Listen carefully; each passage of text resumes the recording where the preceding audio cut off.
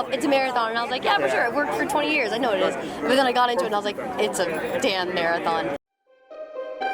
Nerd reactor, roll out. You're in a lot of cool, geeky projects. This one, especially sci-fi. But this one's like long form. A lot of episodes of you just getting to kick ass. Yeah.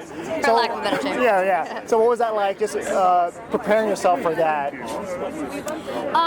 was exciting. You know, it was definitely a marathon. That was one thing that everyone who came from Westworld, Lisa Joy, Jonah Nolan, their incredible production team, everyone was like, just prepare yourself, it's a marathon. And I was like, yeah, for sure. It worked for 20 years. I know what it is. But then I got into it and I was like, it's a damn marathon.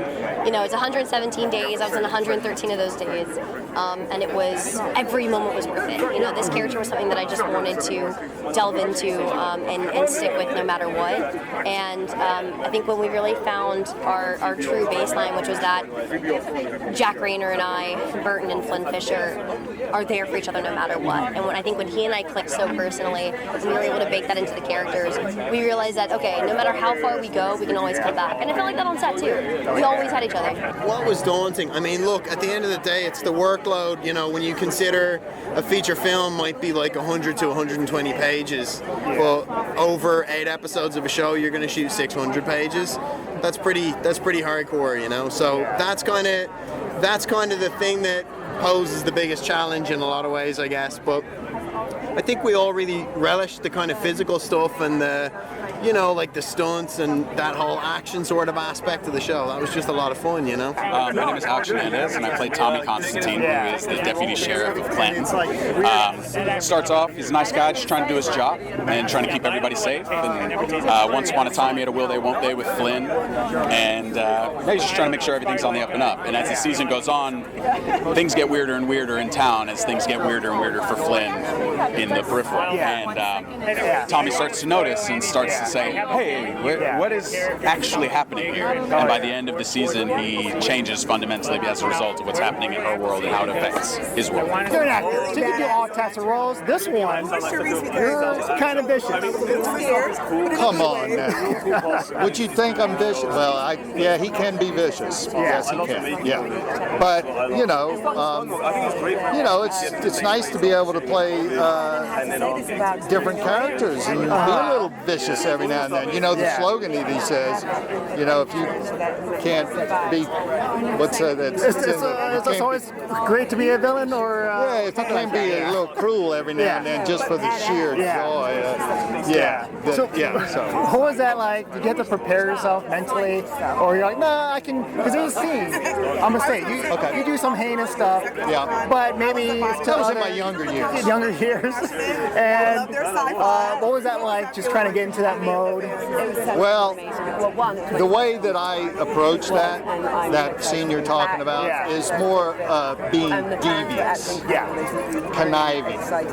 It just but except like towards the end when I'm talking with my nephew, you know, then it comes out kind of what his intentions were. But in the meantime, he's being kind of charming and deep, and so I looked at it from that standpoint because I had to come off that way, as you know, to pull it off. You two are in a lot of projects that are inspired by video games. This one, and there's some stuff like in Westworld. There's like video gaming stuff too. And with the world like Grand Theft Auto, the story that you tell, like how you play, I still remember that. How you play it differently. You follow the rules, but you like to go like crazy.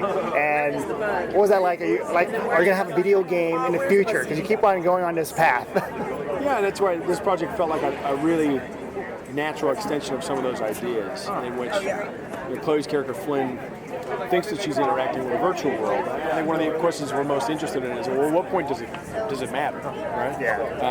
And discovers, spoiler alert, that what she's interacting with is actually very tangible, very real, but not her moment in time. Gibbs's ideas in the book are brilliant, confounding, complicated, and delicious in all the right ways. And we're just captivated by it. He has been such a forward-thinking writer in this space for so long in terms of our multiple levels of reality and how they're going to start intersecting each other. So we just couldn't resist it. So I want to say your voice is just so lovely, and like, watching the show, I'm like, this guy, I would fall for him. And right now, like, just keep talking. Like, I'll be like, that's funny. I actually don't like my voice at all, so that's really sweet of you to say. Bless you. Yeah, but on the show, you're kind of like the caretaker. You're helping out. Like, I feel like your character is like on a good path, like so far. Oh, well, that's nice of you to say. Actually, I think I know where you're coming from. I feel like Will, out of all the characters in future London that we meet, I think he's the only one that has like some humanity about him and who cares about people. So it's been really fun to play that character, especially amidst the world where it's so clinical, so cold, so disconnected. So yeah, that was fun. Great fun. And there's one episode, I'm not sure if it's a spoiler, but you discover something out of the ordinary, like something invisible, and it turns out to be like tech, because the show's about the future, and you get to experience that, like, oh, what is this? Like, what was that like experiencing that? Well, it's super fun, and what's as an actor, the irony is you show up on set and they say, okay, great, you're gonna find an invisible thing, and you show up on set being like, cool, what does it look like? Oh wait, nothing, because you're just sitting and playing pretend. But it's super fun, and like I think part of the joy of the Peripheral is the tech and the sort of how do I put it? The imagination of Lisa and Jonathan, how they imagine the world going. One thing that I think every gamer can like relate to, you in the VR suit. You have to like talk about wearing that. That was so funny, because especially when I stopped wearing it and like started to, it was pretty funny. But that was the very last scene that I shot, the gamer part where I'm in the suit. And so it was, it was fun. It was funny. I've done, the motion capture thing before, so I've worn similar suits before. It's like wearing a wetsuit, kind of. But the motion capture suit, I think, would look sillier compared to just the VR suit, because at least it has like the cool headset, the haptic feedback. But the motion capture, you got the little balls all over. Balls, I didn't particularly love that. I really didn't. And but I love that I experienced it. What was it like for you, like joining the project, trying to wrap your head around this? Was it easy? Was it like, I don't know what's happening? It was kind of easy. Well, I read the novel, and the adaptation. This is an adaptation, but there are some things that are quite close. So I felt like I'd done my homework in that sense, and I came to the script like with a lot of knowledge of like what this world could be. But then it was really great to see Scott take it somewhere else. And, I almost elevate it. Like, I don't mean that like not that the novel needed elevating at all, but I mean this is a different format, and so it's really fun to see him switch it up for TV format, and it's been great fun being a part of the project. So that means you would have input, right? Like, this should be like this or that, or notes, giving notes. No, I mean I wouldn't dare. I think these guys have it down. I think they know exactly what they're doing. I don't know if they need to take notes from me, but they are so down to earth and grounded that they probably would be open to hearing suggestions. But I didn't give any notes going into this. No way.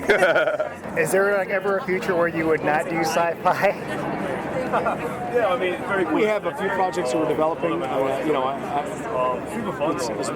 We have some projects that aren't sci-fi, but I would say that they all have.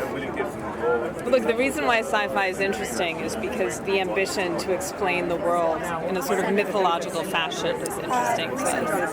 And you can do that in any number of genres, but sort of scope and ambition of our projects remains consistent throughout. You, yourself, have been featured in video games. I have been featured. I want to talk about Mafia 3. Sure. You're Lincoln Clay. big guy. And, I'm sorry, I'm only 5'9" in real life. My bad. Yeah. But with that, like, just being in that world, do you embrace that? Do you want to do more of that in the future? Or are you the type of actor that likes to do all types of projects? I like to do all types of projects, but actually I'm working on another game now.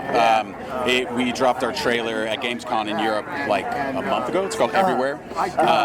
And the production team's based out of Scotland, and it's awesome. It's really, it's very ambitious, and it's beautiful, and it's been super fun. What kind of game is that? Like action adventure open world. adventure. So you're another leading man in that one. I am. Yes. I am. Your face and your body and everything. Check out the trailer. The first like 40 seconds are a teaser of the world that they're building, and then the last 20 seconds are like what's the mystery? The jump cuts to like completely different aesthetic and my intense face. Oh yeah. It's great. How are you in that world, in the gaming world? I was awesome up until the age of like 15, and then I had to get really serious about my studies and my books. But there is one game that has me hooked, which is Tekken 7. Tekken 7? Yeah, I mean, and I'm good. What's your favorite character? So so I go through a lot. Like Eddie was my character at 1 minute. Yeah, Michelle was my character. Nina was my character at one point. Now I'm pretty. Me and Eddie are going good. Yeah. But throughout all the games, like in Tekken Tag, like Jin was my guy. But yeah, now I'm pretty much Eddie. Me and Eddie like. So you're capoeira and all that. Oh yeah. But you get those combos down, and you're good. And you play enough people online, you can. I'm good. Like I dare anyone to challenge me. All right. So we're gonna challenge you. Right. Have you done VR stuff before? And afterwards, does it change your mind? No, I mean, it probably should make me a little fearful, but no, I think we got asked a couple questions when we were just doing a little junket day, and they were like, would you and Jack, would you guys put on the headset right now if you could? And we were both like, yes, 100%. I really love, I'm interested in tech, I find it very interesting. I do think there's an 80-20 to it all, where as deep as you go into it, I may play video games for 4 days on end, but we also go camping with no electronics and no Wi-Fi for a week or two on end. So like a nice balance. It's important to do both. Yeah.